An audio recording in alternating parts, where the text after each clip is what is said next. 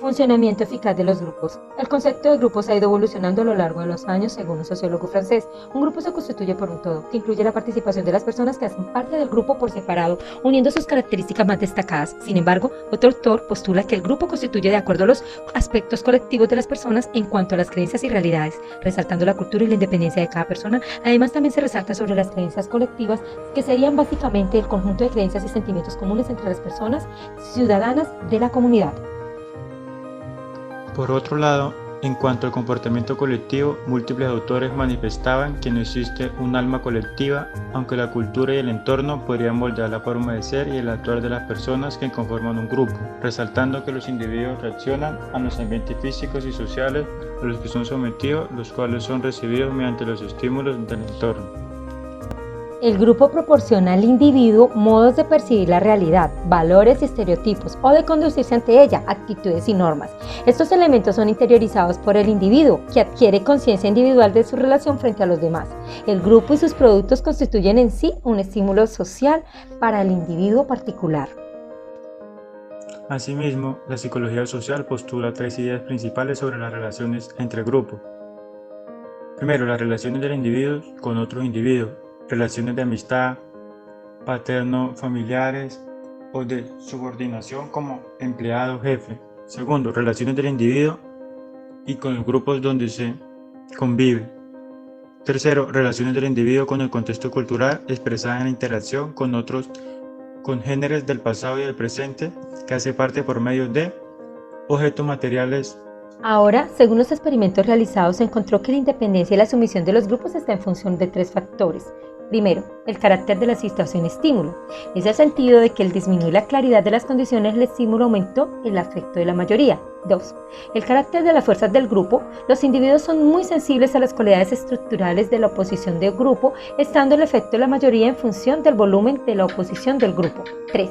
El carácter del individuo, que se constataron diferentes interindividuales entre los sujetos sometidos a una misma situación experimental. Carwin y Sander, 1977, enumeran hasta 8 orientaciones teóricas en la psicología de los grupos. Primero, el enfoque de la teoría del campo de Carl Lewis. Segundo, enfoque interaccional, cuyo representante más señalado es Vale.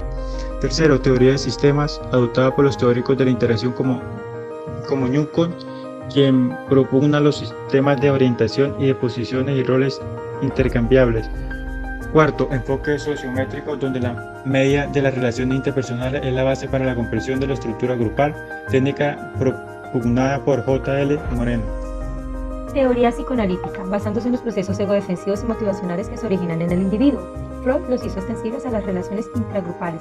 Sus pasos han sido recogidos por Bion. Orientación desde la psicología general. Los teóricos de este enfoque han pretendido hacer extensible a la vida grupal los procesos individuales en el sentido de querer entender cómo los individuos reciben e integran la información sobre el mundo social y cómo esa información afecta su conducta. Seguidores de esta tendencia han sido Salomón y Ash, Festinger, Heidel y entre otros. La orientación empírico-estadística. Los conceptos de la dinámica grupal han de disuadirse a partir del análisis estadístico, análisis factorial y no por formulación de teorías a priorísticas. Cater es uno de los actores más reconocidos de esta línea. El enfoque de modelos formales a partir de modelos matemáticos pretenden constituir modelos formales que aclaren ciertos aspectos de la dinámica grupal.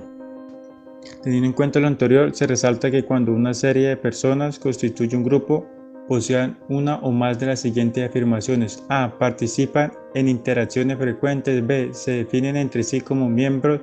C. Otros las definen como pertenecientes del grupo. D. Comparten normas respecto a temas de interés común. E. Participan en un sistema de papeles entrelazados. Y F. Se identifican entre sí como resultado de haber buscado en sus superegos el mismo objeto, modelo o los mismos ideales.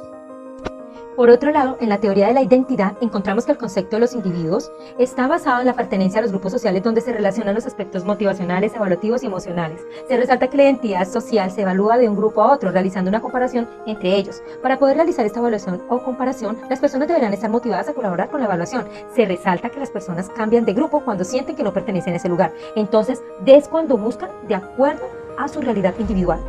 Tipología de los grupos según Mune.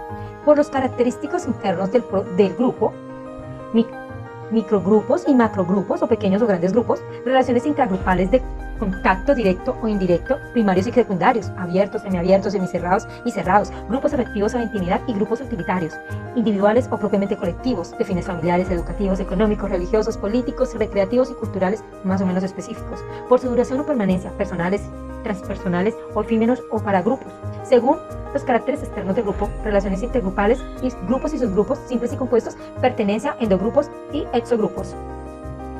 Estructura de grupos de trabajo. Dentro de las estructuras grupales encontramos dos principales que son definidas por Murillo en 1981, que manifiesta que la estructura grupal es el conjunto de características comunes de un sistema social, que permanece sin transformarse o cambiar en un largo lapso de tiempo. En este conjunto de características comunes se destacan el tamaño, territorio, el sexo, la edad y el tipo de tarea que se ejerce. En la segunda estructura, el autor manifiesta que existen estructuras relativas en las dinámicas grupales, donde se resalta que la estructura principal de un grupo es el conjunto de interrelaciones entre los miembros del grupo. Estas interrelaciones le brindan al grupo la estabilidad y el orden al sistema grupal. En relación a la composición de ambas estructuras, se resalta que la primera estructura es la parte inicial del grupo, la cual se compone del tamaño, las posiciones de poder y las características físicas. La segunda es la continuación y final de la composición del grupo, la cual incluye los roles, el poder y la interacción social del grupo. Por consiguiente, existe una serie de elementos que estructuran un grupo, los cuales se dividen en elementos estructurales dinámicos y elementos estructurales estáticos. Los elementos estructurales estáticos se encuentran tamaño grupal, el cual resalta que entre más grande es el grupo, menos esfuerzo realiza cada participante. Posición y estatus social, el cual se define como la posición o lugar que ocupa la persona dentro del grupo, y soporte al mismo, resaltando las funciones y las normas que se asocian a él. Además, el estatus se define como la valoración o prestigio de la posición o rol de la persona en el grupo. Las normas grupales, las cuales están presentes en todos los grupos, pues todo grupo debe funcionar bajo una serie de normas. Estas normas deben ser negociadas entre todos los participantes del grupo y deben definir las obligaciones y derechos de cada participante. Ahora, en los elementos estructurales dinámicos se encuentra afiliación grupal o membresía, que resaltan las relaciones entre los miembros del grupo y deberán ofrecer crecimiento personal a todos los miembros del grupo. La membresía es definida como el nivel de identificación que tiene cada persona en el grupo y el deseo de permanencia que se genera dentro de dicho grupo. Cohesión grupal se define como la aceptación de los miembros del grupo, donde se resalta que la persona encuentra atractivo a dicho grupo y desea permanecer en él. Roles sociales, los cuales son las expectativas o posiciones que los grupos poseen, las cuales son dadas por un miembro específico del grupo en función de su posición en el sistema.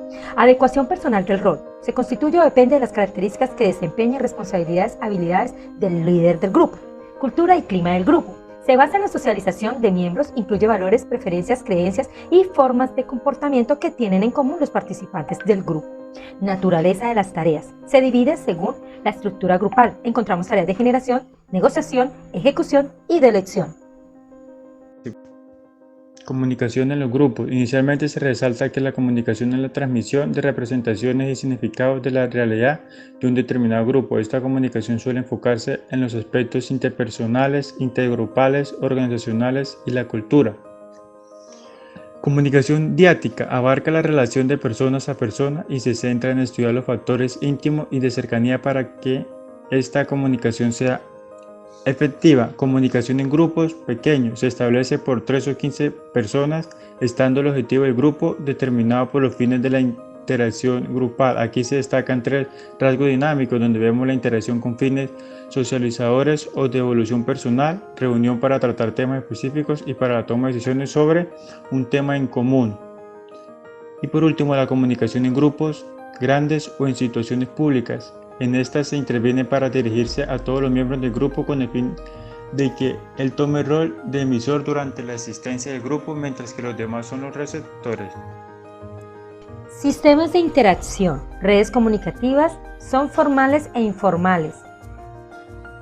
Los factores influyentes en la interacción grupal, en los cuales se debe disponer de los elementos necesarios al momento que la persona se interese por la motivación en otras personas del grupo. Barreras comunicativas. Se basan en el respeto a la comunicación con el otro, la apertura y la comprensión entre los miembros del grupo, y para ello se debe tener una serie de elementos, tanto el emisor del medio y el receptor. Estos elementos son adjetivos de personalidad y psicosociales.